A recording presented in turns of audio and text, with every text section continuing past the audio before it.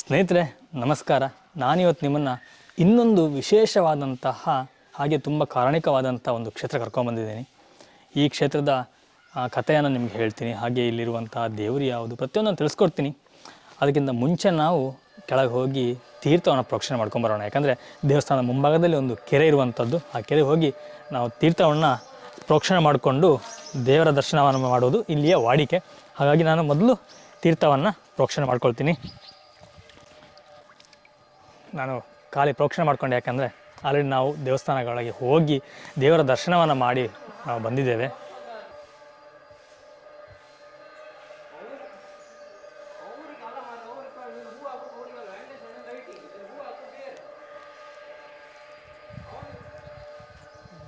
ನಾನಿವತ್ತು ನಿಮ್ಮನ್ನು ಕರ್ಕೊಂಬಂದಿರುವಂಥ ಕ್ಷೇತ್ರ ಶ್ರೀ ಶಂಕರನಾರಾಯಣ ದೇವಸ್ಥಾನ, ಶ್ರೀ ಕ್ಷೇತ್ರ ಶಂಕರನಾರಾಯಣ, ಕುಂದಾಪುರ ತಾಲೂಕು. ಈ ದೇವಸ್ಥಾನ ತುಂಬ ವಿಶೇಷವಾಗಿರುವಂತಹ ದೇವಸ್ಥಾನ. ನಾನು ಬಂದಿರೋದು ಇದರ ಇನ್ನೊಂದು ದೇವಸ್ಥಾನಕ್ಕೆ. ಇದರ ಆದಿ ಇನ್ನೊಂದಿದೆ. ನಾನು ನಿಮಗೆ ಫಸ್ಟಿಗೆ ಇಲ್ಲೇ ನಾವು ದರ್ಶನ ಮಾಡ್ಕೊಳ್ಳೋಣ, ಆ ನಂತರ ನಿಮಗೆ ಆದಿಯ ದರ್ಶನವನ್ನು ಸಹ ಮಾಡಿಸ್ತೇನೆ. ಬನ್ನ ಒಳಗೆ ಹೋಗಿ ದೇವರ ದರ್ಶನವನ್ನು ಮಾಡಿ ಆ ದೇವರ ಕೃಪೆಗೆ ಪಾತ್ರರಾಗೋಣ. ಹಾಗೆ ನಾವು ಎಂಟ್ರೆನ್ಸ್ ಒಳಗೆ ಹೋಗ್ತಿರುವಾಗಲೇ ಇಲ್ಲಿ ಎರಡು ವಿಗ್ರಹಗಳನ್ನು ನೋಡಬಹುದು. ಒಂದು ನಂದಿಕೇಶ್ವರನ ವಿಗ್ರಹ,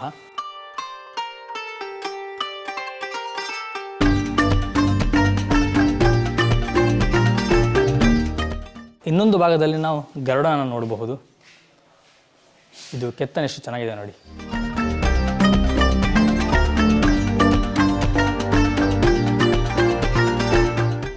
ಸ್ನೇಹಿತರೆ, ನಾನು ಈ ಕ್ಷೇತ್ರ ಯಾಕೆ ವಿಶೇಷ ಅಂತ ಹೇಳಿದೆ ಅಂತಂದರೆ, ನಾವೇನೀಗ ನಿಂತಿದ್ದೀವೋ ನಾವು ಭೂಮಿ ಮೇಲೆ ನಿಂತಿಲ್ಲ, ನಾವು ನೀರಿನ ಮೇಲೆ ನಿಂತಿದ್ದೇವೆ. ಅಂದರೆ ಕೆಳಗಡೆ ಒಂದು ಕೆರೆ ಇರುವಂಥದ್ದು, ಕೆರೆಯ ಮೇಲೆ ಈ ದೇವಸ್ಥಾನ ನಿರ್ಮಾಣವಾಗಿರುವಂಥದ್ದು. ಹಾಗಾಗಿ ಕೆಳಗಡೆ ಇನ್ನೂ ಸಹ ನೀರಿದೆ ಅಂತ ಹೇಳಲಾಗುತ್ತೆ. ನಾನು ಇದ್ರ ಬಗ್ಗೆ ಸಂಪೂರ್ಣವಾಗಿ ಮಾಹಿತಿ ನಿಮಗೆ ಇಲ್ಲಿರುವಂಥ ಅರ್ಚಕರು ಅವ್ರ ಹತ್ರ ಕೇಳಿ ಸಂಪೂರ್ಣ ಮಾಹಿತಿ ನಾನು ನಿಮಗೆ ತಿಳಿಸ್ತೀನಿ. ಹಾಗೆ ಇತಿಹಾಸವನ್ನು ಅವ್ರ ಹತ್ರ ಕೇಳೋಣ. ಅದ್ರ ಮುಂಚೆ ನಾವು ಈ ದೇವಸ್ಥಾನ ಒಳಗಡೆ ಯಾವ್ಯಾವ ದೇವರು ಇದ್ದಾರೆ, ಹಾಗೆ ಈ ದೇವಸ್ಥಾನದಲ್ಲಿ ಏನಿದೆ ಅನ್ನೋದು ನಾವು ಫಸ್ಟ್ ನೋಡ್ಕೊಂಬರೋಣ. ನಾವು ಎಂಟ್ರೆನ್ಸ್ ಆದಾಗಲೇ ಅಂದರೆ ದೇವಸ್ಥಾನದ ಬಲಭಾಗದಲ್ಲಿ ನಾವು ಶ್ರೀ ಗೋಪಾಲಕೃಷ್ಣ ಸ್ವಾಮಿಯ ಸನ್ನಿಧಿಯನ್ನು ಸಹ ನೋಡಬಹುದು. ಇದು ಶ್ರೀ ಗೋಪಾಲಕೃಷ್ಣ ಸ್ವಾಮಿಯ ಸನ್ನಿಧಾನ. ಸ್ನೇಹಿತರೆ, ಹಾಗೆ ಇಲ್ಲಿ ಒಂದು ಶಾಸನ ಇರುವಂಥದ್ದು. ಇದು ಸ್ವಲ್ಪ ಅಳಿಸಿ ಹೋಗಿದೆ, ಆದರೆ ನಮಗೆ ಇಲ್ಲಿ ಸೂರ್ಯ ಮತ್ತು ಚಂದ್ರನ ಒಂದು ಚಿಹ್ನೆಯನ್ನು ನೋಡ್ಬೋದು. ನಮ್ಮ ಈ ತುಳುನಾಡ ಬಾವುಟ ಇದೆ, ಅದರಲ್ಲೂ ಸಹ ಇದೇ ರೀತಿಯ ಚಿಹ್ನೆಯನ್ನು ಸಹ ನಾವು ನೋಡ್ಬೋದು. ಎರಡು ಚಿಹ್ನೆ ಇದೆ.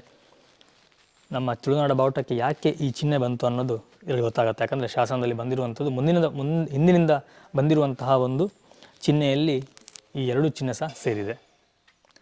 ಸ್ನೇಹಿತರೆ, ಹಾಗೆಯೇ ಗೋಪಾಲಕೃಷ್ಣ ನಾವು ಏನು ಸ್ವಲ್ಪ ಮುಂದೆ ಬಂದಾಗ ಇಲ್ಲಿ ಶ್ರೀ ಪಂಚಮುಖಿ ವೀರಾಂಜನೇಯ ಸ್ವಾಮಿಯ ಸನ್ನಿಧಾನವನ್ನು ಸಹ ನೋಡಬಹುದು. ತುಂಬ ವಿಶೇಷವಾದಂಥ ಸನ್ನಿಧಾನ. ಯಾಕೆಂದರೆ ಪಂಚಮುಖಿ ಆಂಜನೇಯನನ್ನು ನಾವು ನೋಡೋದು ತುಂಬ ಅಪರೂಪ. ಆದರೆ ಈ ದೇವಸ್ಥಾನದಲ್ಲಿ ನಾವು ಪಂಚಮುಖಿ ವೀರಾಂಜನೇಯನ ಸಹ ನಾವು ದರ್ಶನ ಪಡಿಬಹುದು. ಸ್ನೇಹಿತರೆ, ನಾವು ಹಾಗೆ ಮುಂದೆ ಬಂದಾಗ ಇಲ್ಲಿ ನಾವು ಪಾರ್ಥೇಶ್ವರ ಸ್ವಾಮಿಯ ಸನ್ನಿಧಾನವನ್ನು ಸಹ ನೋಡಬಹುದು. ಸಣ್ಣದಾಗಿ ಒಂದು ಶಿವಲಿಂಗವನ್ನು ನಾವಿಲ್ಲಿ ನೋಡಬಹುದು. ಇದು ಶ್ರೀ ಪಾರ್ಥೇಶ್ವರ ಸ್ವಾಮಿಯ ಸನ್ನಿಧಾನ. ಹಾಗೆ ನಾವು ಇನ್ನೂ ಸ್ವಲ್ಪ ಮುಂದೆ ಬಂದಾಗ ನಾವಿಲ್ಲಿ ಶ್ರೀ ಸುಬ್ರಹ್ಮಣ್ಯ ಸ್ವಾಮಿಯ ಸನ್ನಿಧಾನವನ್ನು ಸಹ ನೋಡ್ಬೋದು. ಇಲ್ಲಿ ಒಂದು ವಿಶೇಷ ಅಂತ ನನಗನ್ಸಿದಂತಂದರೆ, ನೀವು ಯಾವುದೇ ಒಂದು ನಾಗನ ಪ್ರತಿಮೆ ನಾಗನ ಶಿಲೆಯನ್ನು ನೋಡ್ಬೋದು. ಇದು ತುಂಬ ಪುರಾತನ ಕಾಲದಿಂದ ಇರುವಂತಹ ಶಿಲೆ ಅಂತ ನಮಗೆ ಸ್ಪಷ್ಟವಾಗಿ ಗೊತ್ತಾಗುತ್ತೆ. ಯಾಕಂದರೆ ಈಗೆಲ್ಲ ನಾವು ವಿಗ್ರಹವನ್ನು ಮಾಡ್ತೀವಿ, ಮೊದಲು ಕಲ್ಲಿನಲ್ಲಿ ಕೆತ್ತನೆ ಮಾಡಲಾಗ್ತಿತ್ತು. ಅಂದರೆ ಚಿತ್ರ ರೂಪದಲ್ಲಿ ಕೆತ್ತನೆ ಮಾಡ್ತಾಯಿದ್ರು. ಅದೇ ರೀತಿಯ ರಚನೆಯನ್ನು ನಾವಿಲ್ಲಿ ನೋಡಬಹುದು. ಸ್ನೇಹಿತರೆ, ಇದನ್ನು ಸಹ ಚೆನ್ನಾಗಿ ಗಮನಿಸಿ ನೀವು. ಆ್ಯಕ್ಚುಲಿ ತುಂಬ ಜನ ಗೊತ್ತಿಲ್ಲದೆ ಇರಬಹುದು. ಇದು ವಿಗ್ರಹ ಏನು ಅಂತಂದರೆ ನಾಗನ ಒಂದು ಕಲ್ಲು. ಆದರೆ ಇಲ್ಲಿ ನಾಗ ಹಾಗೆಯೇ ಮರಿ ಮತ್ತು ಮೊಟ್ಟೆ ಸಮೇತವಾಗಿ ಒಂದೇ ಆ ಕಲ್ಲಿನ ಒಳಗೆ ಬರುವಂಥದ್ದು. ತುಂಬ ವಿಶೇಷವಾದಂತಹ ಒಂದು ನಾಗನ ಚಿತ್ರ ಇದು. ಸ್ನೇಹಿತರೆ, ಹಾಗೆ ನಾವು ಸ್ವಲ್ಪ ಮುಂದೆ ಬಂದಾಗ ಇಲ್ಲಿ ಶ್ರೀ ಅಯ್ಯಪ್ಪ ಸ್ವಾಮಿಯ ಸನ್ನಿಧಾನವನ್ನು ಸಹ ನಾವು ನೋಡಬಹುದು. ಅಯ್ಯಪ್ಪ ಶಾಂತ ಮೂರ್ತಿಯಾಗಿ ಕುಳಿತಿರುವಂತಹ ಸನ್ನಿಧಾನ. ಹಾಗೆಯೇ ಅಯ್ಯಪ್ಪ ಸ್ವಾಮಿಯ ಎದುರುಗಡೆನೆ 18 ಮೆಟ್ಟಿಲುಗಳ ಪಡಿ ಅಂತ ಹೇಳ್ತಾರಲ್ಲ, ಅದನ್ನು ಸಹ ಇಲ್ಲಿ ಮಾಡಿರುವಂಥದ್ದನ್ನ ನಾವು ನೋಡಬಹುದು. ಹಾಗೆಯೇ ನಾವು ಅಯ್ಯಪ್ಪ ಸ್ವಾಮಿಯ ದರ್ಶನವನ್ನು ಮಾಡಿ ಸ್ವಲ್ಪ ಮುಂದೆ ಬಂದಾಗ ನಾವಿಲ್ಲಿ ಗೌರಿ ಲಕ್ಷ್ಮಿ ಅಮ್ಮನವರ ದರ್ಶನವನ್ನು ಸಹ ಮಾಡಬಹುದು. ಹಾಗೆಯೇ ನಾವು ದೇವಸ್ಥಾನ ಮುಂಭಾಗದಲ್ಲಿ ಅಂದರೆ ದೇವಸ್ಥಾನದ ಎಡಭಾಗದಲ್ಲಿ ನಾವು ಇಲ್ಲಿ ಶಂಕರನಾರಾಯಣನ ಒಂದು ಮೂರ್ತಿಯನ್ನು ನೋಡಬಹುದು. ಈ ಶಂಕರನಾರಾಯಣನ ವಿಶೇಷತೆ ಏನಂತಂದರೆ ಶಂಕರ ಮತ್ತು ನಾರಾಯಣ ಇಬ್ಬರ ಶಕ್ತಿ ಸೇರಿ ಶಂಕರನಾರಾಯಣ ಆಗಿರುವಂಥದ್ದು. ನೀವು ಇಲ್ಲಿ ಮೂರ್ತಿಯನ್ನು ನೋಡ್ಬೋದು. ಮೂರ್ತಿಯ ಅಂದರೆ ನಾವೀಗ ಏನು ನೋಡ್ತೀವೋ ನಮ್ಮ ಎಡಭಾಗದಲ್ಲಿ ಇರುವಂಥದ್ದು ಶಂಕರ ಅಂದರೆ ಶಿವ. ಹಾಗೆಯೇ ಮೂರ್ತಿಯ ಬಲಭಾಗದಲ್ಲಿ ಅರ್ಧ ನಾವೇನು ಮಾಡ್ತೀವೋ ಆಗ ಬಲಭಾಗ ಏನಿದೆಯೋ ಅದು ನಾರಾಯಣ ಶ್ರೀ ವಿಷ್ಣುನ ಅವತಾರವನ್ನು ನಾವಿಲ್ಲಿ ನೋಡಬಹುದು. ಇದು ಟೋಟಲ್ ಆಗಿ ಶಂಕರ ನಾರಾಯಣನ ಸ್ವರೂಪ. ಹಾಗೆಯೇ ಇನ್ನೊಂದು ನಾನು ಕೇಳ್ಪಟ್ಟೆ, ಇದು ಏನು ಈ ಮೂರ್ತಿ ಇದೆಯೋ ಇದು ಸಂಪೂರ್ಣವಾಗಿ ಬೆಳ್ಳಿ ಅಂದರೆ ಟೊಳ್ಳಲ್ಲ, ಸಂಪೂರ್ಣವಾಗಿ ಬೆಳ್ಳಿಯಿಂದ ಮಾಡಲ್ಪಟ್ಟಿರುವಂಥದ್ದು. ಈ ಬೆಳ್ಳಿಯ ಮೂರ್ತಿ ಸುಮಾರು 110 kg ತೂಕವನ್ನು ಹೊಂದಿದೆ ಅಂತ ಹೇಳ್ತಾರೆ. ಸ್ನೇಹಿತರೆ, ನಾವು ಈ ದೇವಸ್ಥಾನದ ಸಂಪೂರ್ಣ ಇತಿಹಾಸವನ್ನು ನಾನು ತಿಳಿಸ್ಕೊಡ್ತೀನಿ. ನಮಗೆ ಇತಿಹಾಸವನ್ನು ತಿಳಿಸ್ಲಿಕ್ಕೆ ಇಲ್ಲಿಯ ದೇವಸ್ಥಾನದ ಸಂಬಂಧಪಟ್ಟವರು ಒಬ್ಬರು ಇದ್ದಾರೆ, ಅವ್ರನ್ನ ಮಾತಾಡಿಸ್ತೀನಿ. ಸರ್ ನಮಸ್ತೆ. ಸರ್ ಮೊದಲು ನಿಮ್ಮ ಪರಿಚಯ ಮಾಡಿಕೊಡಿ ಸರ್. ನಾನು ಇಲ್ಲಿ ದೇವಸ್ಥಾನದ ಆನುವಂಶಿಕ ಧರ್ಮದರ್ಶಿ. 1820 ಇಸವಿಯಿಂದ ನಮ್ಮ ಹಿರಿಯವರು ಈ ದೇವಸ್ಥಾನದ ಆಡಳಿತೆಯನ್ನು ನೋಡ್ಕೊಂಡು ಬರ್ತಾಯಿದ್ರು. ನಮ್ಮ ಹಿರಿಯವರು ಅನೇಕ ಜೀರ್ಣೋದ್ಧಾರ ಕಾರ್ಯಗಳನ್ನು ಮಾಡ್ತಾ ಬಂದಿದ್ದರು. ಅದೇ ರೀತಿ ನಾವು ಅದನ್ನು ಮುಂದುವರ್ಸ್ಕೊಂಡು ಹೋಗ್ತಾ ಇದ್ದೇವೆ. ಈಗ ಇರುವ ರಥೋತ್ಸವ ದಿವಸ ಎಳೆಯುವಂಥ ದೊಡ್ಡ ರಥ, ಅದಕ್ಕೆ ಈಗ 202ನೇ ವರ್ಷ. ಅದಕ್ಕೆ ಏನೆಲ್ಲ ಸರಿ ಮಾರ್ಪಾಡು ಮಾಡಬೇಕು ಹೊಸದಾಗಿ ಎಲ್ಲ ಮಾಡಿದ್ದೇವೆ. ಈಗ ತಕ್ಕ ಮಟ್ಟಿಗೆ ಗಟ್ಟಿಮುಟ್ಟಾಗಿದೆ. ಅದೇ ರಥವನ್ನೇ ಈಗ ನಾವು ಎಳೀತಾ ಇದ್ದೇವೆ. ಹೀಗೆ ನಮ್ಮ ಆನುವಂಶಿಕವಾಗಿ ನಮ್ಮ ತಂದೆ ನಂತರ ನನಗೆ ಬಂತು. ನಾನೀಗ 30ನೇ ವರ್ಷ ಇಲ್ಲಿ ದೇವಸ್ಥಾನ ಆಡಳಿತೆಯನ್ನು ನೋಡ್ತಾ ಇದ್ದೇನೆ. ಹಾಗೆ ತಂದೆಯ ಒಟ್ಟಿಗೆ ದೊಡ್ಡಪ್ಪನ ಒಟ್ಟಿಗೆ 62 ವರ್ಷದಿಂದ ದೇವ ಸೇವೆ ಮಾಡ್ಕೊಂಡು ಬರ್ತಾ ಇದ್ದೇನೆ.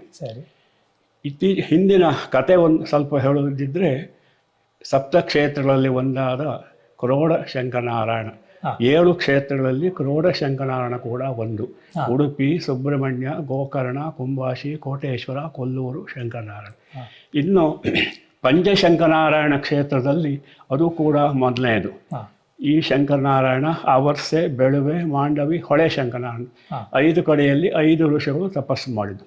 ಇಲ್ಲಿ ಮಹಾ ತೇಜಸ್ವಿ, ಮಹಾ ತಪಸ್ವಿ, ಮಹಾಭಕ್ತಿ ಶ್ರದ್ಧೆ ಇರುವಂತಹ ಕ್ರೋಡ ಮಹರ್ಷಿಗಳು ಕಠಿಣವಾದ ತಪಸ್ಸನ್ನು 100 ವರ್ಷ ಮಾಡ್ತಾರೆ.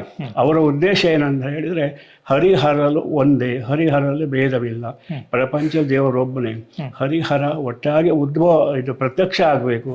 ಪ್ರತ್ಯಕ್ಷ ಆಗುವಲ್ಲವರೆಗೆ ಅವರು ತಪಸ್ಸನ್ನು ಆಚರಿಸ್ತಾರೆ. ಅವರ ತಪಸ್ಸಿಗೆ ಶಂಕರನಾರಾಯಣ ಪ್ರತ್ಯಕ್ಷವಾಗಿ ಅವರ ಆಸೆ ಅಭೀಷ್ಟ ಏನುಂಟು ಅದೆಲ್ಲ ಪೂರೈಸಿದ್ದಾರೆ. ಅವರಂತೆ ಇಲ್ಲಿ ಶಂಕರನಾರಾಯಣ ಈ ಸ್ಥಳದಲ್ಲಿ ಉದ್ಭವ ಆಗಿದ್ದಾರೆ ಭಕ್ತಾದಿಗಳ ಒಂದು ಸಂದರ್ಶನಕ್ಕಾಗಿ. ಅದು ತದನಂತರ ಹಿಂದೆ ರಾಜ ಮಹಾರಾಜರ ಕಾಲದಲ್ಲಿ ಈ ದೇವಾಲಯ ಸಾಕಷ್ಟು ಅಭಿವೃದ್ಧಿಯನ್ನು ಕಂಡಿದೆ. ಹಾಗಷ್ಟು ಅವರ ನೇತೃತ್ವದಲ್ಲಿ ದೇವಾಲಯ ತುಂಬ ಉತ್ಸವ, ರಥೋತ್ಸವ ಮುಂತಾದ ಎಲ್ಲ ಒಂದು ಕಟ್ಟುಪಾಡುಗಳಿಗೆ ಒಂದು ಕ್ರಮ ಅಂತ ಮಾಡಿ ಈಗ ನಾವು ಅದನ್ನು ಮುಂದುವರಿಸ್ತಾ ಇದ್ದೇವೆ. ನಂತರ ಸರ್ಕಾರ ವಶಕ್ಕೆ ಈ ದೇವಾಲಯಗಳನ್ನೆಲ್ಲ ಆಡಳಿತ ತಗೊಂಡ ಮೇಲೆ ಆಯಾ ಊರಿನ ದೇವಸ್ಥಾನವನ್ನು ಈ ಆನುವಂಶಿಕ ನೆಲೆಯಲ್ಲಿದ್ದರೆ ಆನುವಂಶಿಕ ಮುಕ್ತೇಶ್ವರನ್ನು ಮಾಡ್ತಾರೆ, ಇಲ್ಲಿದ್ದರೆ ವ್ಯವಸ್ಥಾಪನಾ ಸಮಿತಿಯನ್ನು ಮಾಡ್ತಾರೆ. ಈ ರೀತಿಯಲ್ಲಿ ನಾವು ದೇವಸ್ಥಾನದ ಆಡಳಿತವನ್ನು ನೋಡ್ತಾ ಇದ್ದೇವೆ. ಸಾಮಾನ್ಯವಾಗಿ ಇಲ್ಲಿ ಕಾರ್ತಿಕ ಮಾಸದಲ್ಲಿ ವಿಶೇಷ ಜನ ಸೇರ್ತಾರೆ. ಕಾರ್ತಿಕ ಸೋಮವಾರ 4 ಅಥವಾ 5 ಬರ್ತಾರೆ. ಅದರಲ್ಲಿ ಸಾಧಾರಣ ಒಂದು 4-5 ಸಾವಿರ ಮಿಕ್ಕಿ ಜನ ಸೇರ್ತಾರೆ. ಅಷ್ಟೇ 5,000 ಜನರ ಸಂತರ್ಪಣೆ ಕೂಡ ಆಗ್ತದೆ. ನಿತ್ಯ ಸೋಮವಾರ ಸಂತರ್ಪಣೆ ಕೂಡ ಇದೆ. ಹಾಗೆ ಲಕ್ಷ ದೀಪೋತ್ಸವ ಅಂತ ಕಾರ್ತಿಕ ಮಾಸ ಅಮಾವಾಸ್ಯೆ ದಿವಸ ಲಕ್ಷ ದೀಪೋತ್ಸವ, ಜನವರಿ 9ರಿಂದ 18ರವರೆಗೆ 10 ದಿವಸ ವಾರ್ಷಿಕ ಉತ್ಸವ, 16ನೇ ತಾರೀಕಿನ ದಿವಸ ರಥೋತ್ಸವ.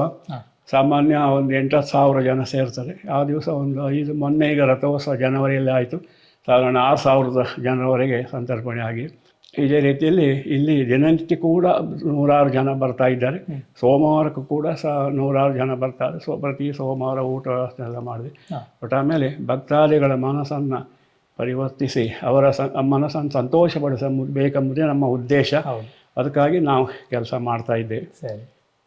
ಎಲ್ಲರಿಗೂ ಶ್ರೀ ಶಂಕರನಾರಾಯಣ ಸ್ವಾಮಿ ಸದಾಕಾಲ ಆಯುರಾರೋಗ್ಯ ಸಂಪತ್ತು ಕೀರ್ತಿಯನ್ನು ಕೊಟ್ಟು ಅನುಗ್ರಹಿಸಲಿ ಅಂತ ಹಾರೈಸುತ್ತಾ ನನ್ನ ಒಂದೆರಡು ಮಾತುಗಳು ಮಂಗಳೂರು ಟ್ಯೂಬ್ ಚಾನಲ್ ಅವರಿಗೆ ನನ್ನ ವಂದನೆಗಳು. ನಮಸ್ತೆ. ಹಾಗೆ ನನ್ನ ಕೆಲವು ಪ್ರಶ್ನೆಗಳು ಇನ್ನೂ ಬಾಕಿ ಇದೆ, ದಯವಿಟ್ಟು ಕ್ಷಮಿಸಿ, ಯಾಕಂದ್ರೆ ನೀವೆಲ್ಲ ಹೊರಟಿದ್ದೀರಿ. ಆದರೂ ಬಟ್ ನಾನು ಕೇಳ್ಪಟ್ಟೆ ಇದು ಉದ್ಭವ ಆಗಿರುವಂಥ ಶಂಕರನಾರಾಯಣ ಅಂತೇಳಿ, ಅದ್ರ ಬಗ್ಗೆ ಸ್ವಲ್ಪ ಹೇಳ್ತೀರಾ? ಉದ್ಭವ ಆಗಲಿಕ್ಕೆ ಅಲ್ಲಿ ಹರಿಹರ ಒಂದಾಗಿ ಉದ್ಭವ ಆಗಬೇಕಂತ ಕ್ರೋಡ ಮಹರ್ಷಿಗಳು ಇಲ್ಲಿ ನಮ್ಮಲ್ಲಿ ಕ್ರೋಡ ಮುನಿಗಳು ಕಠಿಣವಾದ ತಪಸ್ಸನ್ನು ಆಚರಿಸ್ತಾರೆ. ಅಂದರೆ ಇಂತಹ ಸ್ಥಳದಲ್ಲಿ ಉದ್ಭವ ಪ್ರತ್ಯಕ್ಷ ಆಗಿ ನಂತರ ಆ ದೇವರ ಇಷ್ಟೆಯಂತೆ ಅಲ್ಲಿ ಆ ಸ್ಥಳದಲ್ಲಿ ಅವ್ರು ನಾನು ಭಕ್ತಾದಿಗಳಿಗೆ ಶಿಲಾರೂಪದಲ್ಲಿ ಸಂದರ್ಶನಕ್ಕೆ ಉದ್ಭವ ಆಗ್ತೇನೆ ಅಂತ ಹೇಳಿದ್ದು ಅಷ್ಟೇ. ಆಕ್ಚುಲಿ ಮೂಲ ಆದಿ ಅಂತ ಒಂದಿದೆ, ಇದು ಇನ್ನೊಂದಿದೆ. ಇಲ್ಲಿ ಆದಿಯಿಂದ ಇಲ್ಲಿಗೆ ಬಂದಿರುವಂತದ್ದು ಆದಿ ಸ್ಥಳದಲ್ಲಿ ಇದ್ದ ಪೂಜೆ ಪುರಸ್ಕಾರಗಳೆಲ್ಲ ಕ್ರಮೇಣ ಒಬ್ಬ ಬ್ರಾಹ್ಮಣನಿಗೆ ಸ್ವಬಂಧದಲ್ಲಿ ಸೂಚನೆ ಮಾಡಿ ನಿನಗೆ ಅಲ್ಲಿ ಹೋಗ್ಲಿಕ್ಕೆ ಆಗದೆ ಇದ್ದರೆ ಇಂತಹ ಸ್ಥಳದಲ್ಲಿ 2 ಹರಿ ಕವಚ ಆಗಿ ಅಲ್ಲಿ ಉದ್ಭವ ಆಗ್ತಾನೆ. ಹರಿ ಅಂದ್ರೆ ಮಡಿಕೆ ಅಲ್ಲಲ್ಲ, ಹರಿ ಅಂದ್ರೆ ತಾಮ್ರದ ಹರಿ, ತಾಮ್ರದ ಹರಿ ಹರಿ ಕವಚ. ಅಲ್ಲಿ ನಾನು 7 ದಿವಸದವರೆಗೆ ತೆಗಿಬಾರ್ದು ಅಂತ ಹೇಳಿ ಅವರು 3 ದಿವಸ ತೆಗೆದುಬಿಟ್ರು. ಹಾಗೆ ಲಿಂಗದ ಬೆಳವಣಿಗೆ ಅಷ್ಟಕ್ಕೆ ನಿಂತಿದೆ. ಆ ರೀತಿಯಲ್ಲಿ ಇಲ್ಲಿ ಉದ್ಭವ ಅಂತ ಹೇಳಿ ಹೇಳ್ತಾರೆ. ಹಾಗೆ ಇಲ್ಲಿ ಮೊದಲು ಕೆರೆ ಇತ್ತು ಅಂತ ಕೆರೆ ಯಾವತ್ತೂ ಉಂಟು. ಒಳಗೂ ಕೂಡ ನೀರಿನಲ್ಲೇ ಉದ್ಭವ, ಸುತ್ತ ನೀರೇ ಉದ್ಭವಲಿಂಗ ಇರೋ, ಸುತ್ತ ನೀರೇ, ನೀರಿನಲ್ಲೇ ಉದ್ಭವಲಿಂಗ. ಕೈಯಲ್ಲಿ ಬಾವಿಯಲ್ಲಿ ಕೈಲೇ ನೀರು ತೆಗೆಯುವಂತಹದ್ದು. ಅಲ್ಲಿ ಕೂಡ ನೀರು ಮೇಲ್ಗಡೆ ಎದುರುಗಡೆ ನೀರು, ಸುತ್ತ ಒಳ ಸುತ್ತ ಹೊರ ಸುತ್ತ ಎಲ್ಲ ನೀರೇ. ಅಂದ್ರೆ ಈಗ ನಾವು ನೋಡ್ಲಿಕ್ಕೆ ನಾವು ಕೆರೆ ಮೇಲೆ ನಾವು ಎಲ್ಲ ಕಡೆ ನೀರೇ. ಹಾಗೇನೆ ಭಟ್ರೆ ಇಲ್ಲಿ ಪೂಜಾ ಸಮಯ ಎಲ್ಲ ಹೇಗೆ ಭಟ್ರೆ? ಇಲ್ಲಿ ಬೆಳಗಿನ ಪೂಜೆ 9 ಗಂಟೆ ಒಳಗೆ ಆಗ್ತದೆ, ಮಧ್ಯಾಹ್ನ ಪೂಜೆ 12-12:30, ಸಾಯಂಕಾಲ ಪೂಜೆ 8 ಗಂಟೆ ಒಳಗೆ ಆಗ್ತದೆ. 3 ಹೊತ್ತು ತ್ರಿಕಾಲ ಪೂಜೆ. ಇನ್ನು ಧನುರ್ಮಾಸದಲ್ಲಿ ಒಂದು ಪೂಜೆ ಜಾಸ್ತಿ ಇರ್ತದೆ. ಹಾಗೆ ವಿಶೇಷ ಸಂದರ್ಭದಲ್ಲಿ ವಿಶೇಷ ಉತ್ಸವ ಟೈಮ್ನಲ್ಲಿ ಪೂಜಾ ಟೈಮ್ ಸ್ವಲ್ಪ ವ್ಯತ್ಯಾಸ ಆಗುತ್ತೆ. ಮತ್ತೆ ವಾರ್ಷಿಕ ಜಾತ್ರೆ ಅಂತ ಏನಾದ್ರು? ವಾರ್ಷಿಕ ಜಾತ್ರೆ ಅದೇ ಜನವರಿ 9ರಿಂದ 18ರವರೆಗೆ ಉತ್ಸವ 10 ದಿವಸ. ಮಕರ ಸಂಕ್ರಾಂತಿ ದಿವಸ ಬೆಳ್ಳಿ ರಥೋತ್ಸವ. ಮಕರ ಸಂಕ್ರಾಂತಿ ದಿವಸ ದೇವರ ಮೇಲೆ ಆದಿ ಸ್ಥಳಕ್ಕೆ ಹೋಗಬೇಕು. ಇಲ್ಲಿ 16ನೇ ತಾರೀಕಿಗೆ ರಥೋತ್ಸವ ದಿವಸ ನಾಮಕ ಪ್ರಧಾನ ಕಲಶ ಹೋಮ ಅದೆಲ್ಲ ಆಗಿ ರಥೋತ್ಸವ ಆಗಿ ಮಹಾ ಸಂತರ್ಪಣೆ, ಭಕ್ತಾದಿಗಳಿಗೆ ಸಾಧಾರಣ 5-6 ಸಾವಿರ ಜನರಿಗೆ ಊಟ ವ್ಯವಸ್ಥೆ ಎಲ್ಲ ಆಗ್ತದೆ. ಆಮೇಲೆ ಸಂಜೆ 5 ಗಂಟೆಗೆ ರಥ ಮುಂದುವರಿಸಿ ಎಳಿತಾರೆ. ಅದರ ಮೇಲೆ ದೇವಸ್ಥಾನಕ್ಕೆ ಬಂದು ಇಲ್ಲಿ ದೇವರನ್ನ ಒಳಗೆ ಕರ್ಕೊಂಡು ಹೋಗಿ ಆ ದಿವಸ ಕಾರ್ಯಕ್ರಮ ಮುಗಿಸ್ತಾರೆ ಅಷ್ಟೇ. ಮತ್ತೆ ರಾತ್ರಿ ಭೂತ ಬಲಿ ಇದೆಲ್ಲ. ಮತ್ತು ಮಾರನೇ ದಿವಸ ಬೆಳಿಗ್ಗೆ ಕವಾಟ ಉದ್ಘಾಟನೆ, ದೇವರು ಎಬ್ಬಿಸುವಂತಹ ಒಂದು ಕಾರ್ಯಕ್ರಮ ಇಲ್ಲಿ ಮಾಡ್ತಾರೆ. ಪುರೋಹಿತರೆಲ್ಲ ಬಂದು ಮಂತ್ರಘೋಷ, ಇದು ಗಂಟೆ ಎಲ್ಲ ಬಾರಿಸಿ ಆಮೇಲೆ ಇದೆಲ್ಲ ಆಗಿ ಅಷ್ಟಾವಧಾನ ಆಗಿ ಪನ್ಯವಾರೆಲ್ಲ ಆಗಿ ಒಳಗೆ ಹೋಗಿ ಮತ್ತು ಮಹಾಪೂಜೆ. ರಾತ್ರಿ ಪುನಃ ಅದೇ ವಾರಾಹಿ ನದಿಯಲ್ಲಿ, ಶಕ್ತಿಮತಿ ನದಿಯಲ್ಲಿ ತೆಪ್ಪೋತ್ಸವ, ದೇವರನ್ನ ಅಲ್ಲಿ ತಗೊಂಡು ತೆಪ್ಪೋತ್ಸವ ಮಾಡಿ ಪುನಃ ಇಲ್ಲಿಗೆ ಬಂದು ಬೆಳಿಗ್ಗೆ 6 ಗಂಟೆಗೆ ಧ್ವಜಪಟ ವಿಸರ್ಜನೆ. ಆ ಸಮಯದಲ್ಲಿ ತುಂಬ ವಿಜೃಂಭಣೆ ನಡೆಯುತ್ತೆ ಉತ್ಸವ. ಆಮೇಲೆ ಪುನಃ ಧ್ವಜಪಟ ವಿಸರ್ಜನೆ ಆದ ದಿವಸ ರಾತ್ರಿ ಓಕ್ಲಿ ಅಂತ ನಮ್ಮ ಬಂಡ್ಸ್ ಸಮಾಜದವರೆಲ್ಲ ಬರ್ತಾರೆ. ಓಕ್ಲಿ ಹೊಂಡ ಕಾರು ಅವರು ಅದು ಇದು ಅವರ ಒಂದು ಕಾರ್ಯಕ್ರಮ ಎಲ್ಲ ಇದೆ. ಅಂತೂ 18ನೇ ತಾರೀಕಿಗೆ ಎಲ್ಲ ಕಾರ್ಯಕ್ರಮ ಮುಗೀತಾರೆ. ಸರಿ. ಹಾಗೆ ಬಟ್ ನಾನು ದೇವಸ್ಥಾನ 2 ಪಾದ ನೋಡಿದೆ, ದೇವರ ಪಾದ ಅಂತೇಳಿ ಇತ್ತು, ಅದ್ರ ಬಗ್ಗೆ ಒಂದು ಸ್ವಲ್ಪ. ಅದೇ ದೇವರು ಅಲ್ಲಿ ನಾನು ಇಂತಹ ಸ್ಥಳದಲ್ಲಿ ಉದ್ಭವ ಆಗ್ತಾನೆ ಅಂತ ಅವರಿಗೆ ಸೂಚನೆ ಕೊಟ್ಟ ಪ್ರಕಾರ ಮೊದಲು ಪೂಜೆ ಬ್ರಾಹ್ಮಣರು ಮೇಲೆ ಹೋಗ್ಬೇಕಿತ್ತಂತ ನಾವು ತಿಳ್ಕೊಂಡ ಪ್ರಕಾರ. ಅವ್ರಿಗೆ ಅವ್ರಿಗೆ ಕಷ್ಟ ಆಗಿ ಆಮೇಲೆ ನಾನು ಕೆಳಗೆ ನೀನು ಕೆಳಗೆ ಪೂಜೆ ನಾನು ಇಲ್ಲೇ ಉದ್ಭವ ಆಗ್ತಾನೆ ಹೇಳಿ ಪ್ರಕಾರ ಮೇಲಿಂದ ಕೆಳಗೆ ಧುಮುಕಿದ್ದು ಅಂತ. ಮೇಲೆ ಆದ ಸ್ಥಳದಿಂದ ಹಾರಿ ಕೆಳಗೆ ಧುಮುಕಿ ಆ ಪಾದ ಇವತ್ತಿಗೂ ಉಂಟು ಅಂತ ಒಂದು ಪ್ರತೀತಿ ನೋಡಿ. ನಾನು ಕರೆಕ್ಟಾಗಿ ಹೆಜ್ಜೆ ಕಾಣ್ತಾ ಉಂಟು. ಸರಿ. ಬಟ್ ಹಾಗೆ ನನಗೊಂದು ಇಲ್ಲಿ ಒಂದು ಅಡ್ರೆಸ್ನ ಹೇಳಿ, ಸರಿಯಾದ ಅಡ್ರೆಸ್ ಒಂದು. ಯಾಕಂದ್ರೆ ಬರೋರಿಗೆ ಗೊತ್ತಾಗಬೇಕಲ್ಲ ಇಂಥ ರೋಡಲ್ಲಿ ನಾವು ಬರಬೇಕು ಅಂತ ಹೇಳಿ. ನನ್ನ ಹೆಸರು ಹೇಳ್ಬೇಕು ಮುಂಚೆ? ನಾವು ದೇವಸ್ಥಾನ ಹೆಸರು ಹೇಳಿ. ಎಸ್ ಲಕ್ಷ್ಮೀನಾರಾಯಣ ಉಡುಪ, ಇದು ಅನುವಂಶಿಕ ಆಡಳಿತ ಮುಕ್ತೇಶ್ವರ, ಶ್ರೀ ಶಂಕರನಾರಾಯಣ ದೇವಸ್ಥಾನ, ಪೋಸ್ಟ್ ಶಂಕರನಾರಾಯಣ, 576 227, ಕುಂದಾಪುರ ತಾಲೂಕು, ಉಡುಪಿ ಜಿಲ್ಲಾ. ಸರಿ. ಇಲ್ಲಿ ಬರುವಂತ ದಾರಿ ದಾರಿ ಅಂದ್ರೆ ಉಡುಪಿಯಿಂದ ಬ್ರಹ್ಮಾವರ, ಬಾರ್ಕೂರು, ಸಾಹೇಬ್ರಕಟ್ಟೆ, ಹಾಲಾಡಿ, ಶಂಕರನಾರಾಯಣ.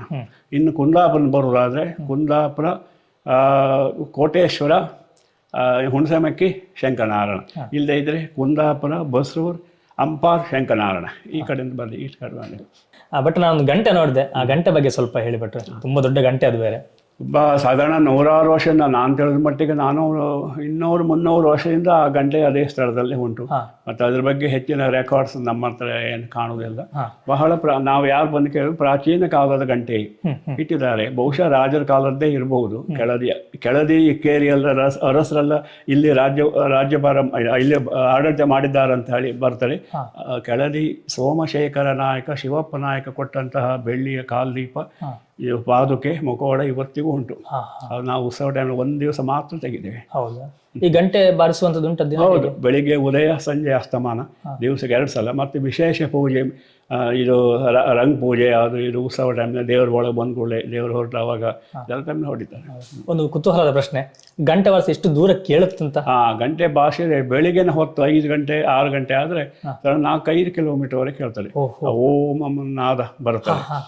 ಮತ್ತು ಬೇರೆ ಟೈಮ್ನಲ್ಲಿ ಇಲ್ಲ 1-2 ಮೈಲ್ ಒಳಗೆ ಅಷ್ಟೇ. ಜನಸಂಚಾರ ಜಾಸ್ತಿ ಆ ಟೈಮನ್ನು ಆಲಿಸಿದ್ರೆ ಮಾತ್ರ ಗಂಟೆ ಗೊತ್ತಾಗುತ್ತೆ. ಇಲ್ಲಿದ್ರೆ ಬೇರೆ ಬೇರೆ ಶಬ್ದದೊಳಗೆ ಗೊತ್ತಾಗುತ್ತೆ. ಹೌದು.